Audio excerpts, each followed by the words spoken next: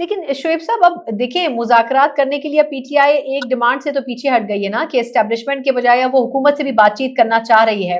لیکن آپ جس طریقے سے ابھی آج ہم نے دیکھا کہ بہت زیادہ لوگ نہیں تھے جو کہ پی ٹی آئی کی نمائندگی کر رہے تھے, ایکسپیکٹیشنز بھی اس طرح نہیں تھی. آپ لوگوں نے کہا کہ ہم دیکھیں گے حکومت سنجیدہ بھی ہے یا نہیں, تو وہ سنجیدگی کا اندازہ کیوں آپ لوگوں کو لگ رہا ہے کہ حکومت گورنمنٹ سنجیدہ نہیں ہوگی؟ کیونکہ کیا وہ صرف ٹائم گین کرنا چاہ رہے ہیں یا صرف پی ٹی آئی کو انگیج کرنا چاہ رہے ہیں؟ اگر تو سنجیدہ نہیں ہے تو پھر ان کی انٹینشنز کیا ہیں آپ کے خیال میں؟ دیکھیں ان کی سنجیدگی کا اندازہ تو آپ یہاں سے لگائیں کہ جولائی کے پہلے ہفتے انہوں نے ہمیں کہا تھا کہ ہم اے پی سی بلا رہے ہیں. ہم نے خود کہا تھا کہ ہم آئیں گے, خان صاحب کے کہنے پہ میں نے 2 دفعہ پریس کانفرنس کی تھی کہ یہ ہم شرکت کریں گے. 3-4 دن بعد فیصلہ آتا ہے 12 جولائی کو سپریم کورٹ کا مخصوص نشستوں کا, اور 15 جولائی کو اسٹیبلشمنٹ کے کہنے پہ وہ کٹ پتلی وزیر اطلاعات عطا تارڑ آ کر کہتا ہے کہ ہم پی ٹی آئی پہ پابندی لگا رہے ہیں اور آرٹیکل 6 لگا رہے ہیں, اور یہ تمام اتحادی جماعتوں کا فیصلہ بھی ہے اور ہمارا بھی فیصلہ ہے. لیکن اگلے دن سے پتہ چلا کہ ایسا کوئی فیصلہ نہیں تھا, اور کیا ہوا اس کا انجام, اس سے تعلقات اور ماحول خراب کرنا مقصد تھا. تو ہمیں تو پہلے سے پتا ہے کہ ان کی سنجیدگی جو ہے وہ اس طرح کی نہیں ہے. اگر ان کو اجازت دی, کیونکہ یہ تو کٹ پتلی ہیں, ان کو تو وہ کل کہیں, کیونکہ ان کے پاس ہاتھ میں پکڑایا ہوا ایک جعلی فارم 47 ہے, وہ تھمایا ہوا ہے, جس وقت وہ ایک اشارہ کریں گے وہ ان کے ہاتھ سے نکل جائے گا اور خود بھی تحلیل ہو جائیں گے ہوا میں. 17 سیٹوں کے ساتھ اقتدار پہ قابض ہیں, تو ان کے پاس تو واقعی ان کو تو کوئی نا انڈیپینڈنس ہے. اگر تو جیسے رانا ثناء اللہ نے کہا ہے کہ جی ہم اسٹیبلشمنٹ سے اجازت لیں گے, اگر ان کو واقعی اجازت ہوئی تو وہ سنجیدگی کے ساتھ مذاکرات کریں گے, ورنہ تو وہ اس ساری کرپشن کے, کرپٹ پریکٹسز کے, ساری 2 نمبری کے تو وہ تو بینیفیشری ہیں. وہ کیوں کہیں گے کہ ہمیں کھویا ہوا مینڈیٹ ہمیں واپس کرنا پڑے, ہم ہیومن رائٹس وائلیشنز کے اوپر جو خود جو رسپانسبل ہیں ان کے خلاف پرچے کٹیں. تو میرا خیال ہے کہ سنجیدہ اگر یہ ہوں گے تو یہ مذاکرات آگے چلیں گے, اگر نہیں ہوں گے تو نہیں چلیں گے.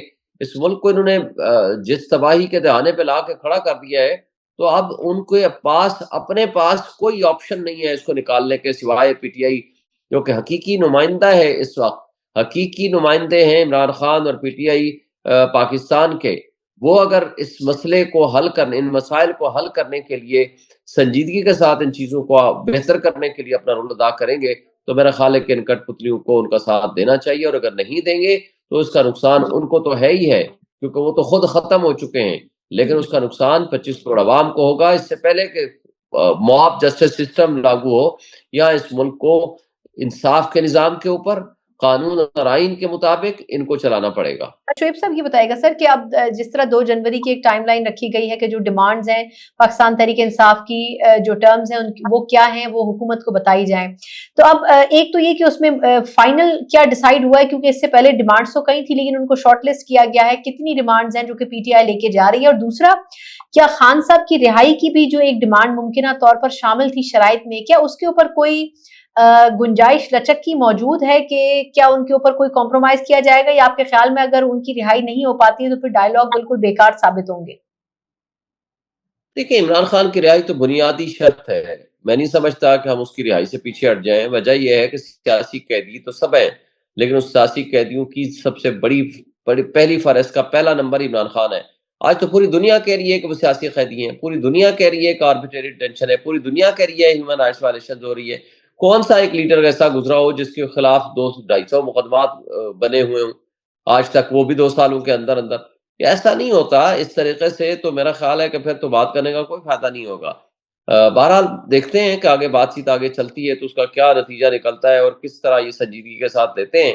اور اگر واقعی سنجیدہ یہ ہوئے تو چیزیں آگے سمت میں چلیں گی, ورنہ یہ اگلے 1-2 تاریخوں میں یہ ختم ہو جائے گی. درست. اچھا سر یہ فرمائے گا, کیونکہ یہ ایک پوڈ کاسٹ ہے تو اس میں تھوڑا سا کھل کر بھی بات ہو جاتی ہے as compare to television channels.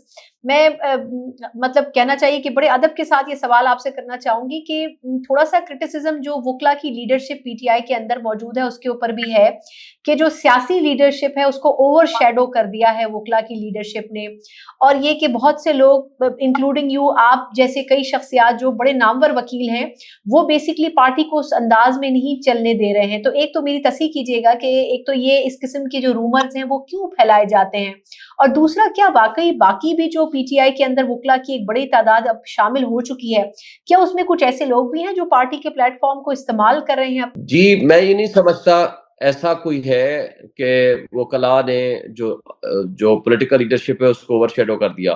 دیکھیں جن حالات سے ہماری پارٹی گزری ہے آپ اس کو مد نظر رکھیں.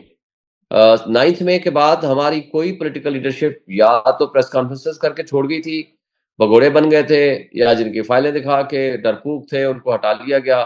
دوسری کیٹیگری وہ تھی جو انڈر گراؤنڈ تھی یا جیلوں میں تھی۔ تیسرا کوئی لیڈر باہر بھی نہیں تھا، آپ کو پتا ہے، عمران خان سمیت۔ تو نیچرلی اس پارٹی کو زندہ رکھنے میں وکلاء نے مرکزی کردار ادا کیا۔ اور کیا آپ کا خیال ہے کہ وکیلوں کے خلاف ایف آئی آر نہیں ہیں، پرچے نہیں ہیں؟ وہ بھی فیس کر رہے ہیں ساری سچویشن کو۔ میں خود میرے دفتر سے اٹھا کے لے گئے، میں 7 دن جیل میں رہ کر آیا ہوں، اور اسی طرح میرے خلاف ابھی 19 ایف آئی آر ہیں دہشت گردی کی۔ تو بات یہ ہے کہ ہم خود فیس کر رہے ہیں، سلمان اکرم راجہ پہ ہیں، گوہر صاحب پہ ہیں۔ بات یہ ہے کہ ہمارے پاس کیا کون سا ایسا اختیار ہے کہ ہم اس وقت اس کو استعمال کریں اور عمران خان صاحب کو اور پی ٹی آئی والوں کو باہر نکال کے لے آئیں۔ اسی احتجاج کے سلسلے میں مجھے بتائیں، ہم سب سفرر ہیں اور ہمارے کئی لوگ شہید ہو گئے، ہمارے کئی لوگ جو ہیں وہ جیلوں میں پڑے ہیں، ہمارے وکلاء گرفتار کر لیے گئے۔ ابھی جس انداز سے ہیومن رائٹس وائلیشنز ہو رہی ہیں وہ ساری چیزیں جاری ہیں۔ بہت بہت شکریہ شعیب شاہین صاحب۔ پاکستان تحریک انصاف یقیناً اپنے طور پر کوششیں تو کرے گی کہ ڈائیلاگ کامیاب ثابت ہو، لیکن جو کڑی شرائط پاکستان تحریک انصاف رکھ کر مذاکرات کی میز پر آئی ہے، اب دیکھنا ہوگا کہ آیا واقعی حکومت ان کو ایکسیپٹ کرنے کی پوزیشن میں ہے بھی یا نہیں۔ اسی کے ساتھ مجھے اجازت دیجیے، اللہ حافظ۔